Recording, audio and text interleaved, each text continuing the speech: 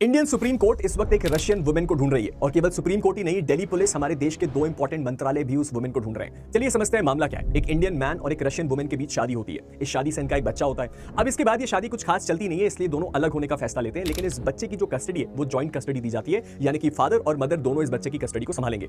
अब इस सिचुएशन में इस बच्चे को अपनी रशियन मदर के साथ 3 दिन रहना अलाउड था। लेकिन इस सिचुएशन में जब ये बच्चा अपनी मदर के पास गया, उसके बाद से उसकी मदर ने कॉल ही उठाना बंद कर दिया। अब रिसेंटली उसके फादर ने ये बात रिपोर्ट करी कि ना ही वो अपने घर पे है, ना ही वो कॉल रिसीव कर रही है और उसको ट्रेस कर पाना नामुमकिन है। जब ये बात सुप्रीम कोर्ट पहुंची तो सुप्रीम कोर्ट ने मदर के वकील यानी कि उस रशियन वुमेन के वकील से जब सवाल पूछे तो उस वकील ने कुछ सही जवाब नहीं दिया, जिससे सुप्रीम कोर्ट को डाउट हुआ कि शायद ये इस बच्चे को लेके रशिया वापस जाने की कोशिश कर रही है। जिसके बाद सुप्रीम कोर्ट ने तुरंत दिल्ली पुलिस को एक लुकआउट नोटिस जारी किया, बोला कि उस महिला को तुरंत ढूंढा जाए। इसके साथ ही साथ सुप्रीम कोर्ट ने मिनिस्ट्री ऑफ एक्सटर्नल अफेयर्स और होम मिनिस्ट्री को कुछ इंपॉर्टेंट डायरेक्शंस दिए हैं। फॉरेन अफेयर्स मिनिस्ट्री को यह बोला गया है कि उस महिला के पासपोर्ट को तुरंत सीज किया जाए, रशियन एम्बेसी से बात करी जाए और उस महिला की ट्रैवलिंग को रोका जाए। और होम मिनिस्ट्री से यह बोला गया है कि आप जल्द से जल्द उस महिला को ढूंढिए और उस बच्चे की कस्टडी वापस लेके आइए। अब आपको अगर उस महिला के बारे में कुछ पता चले तो आपको एग्जैक्टली पता है कि उसको कहां रिपोर्ट करना है।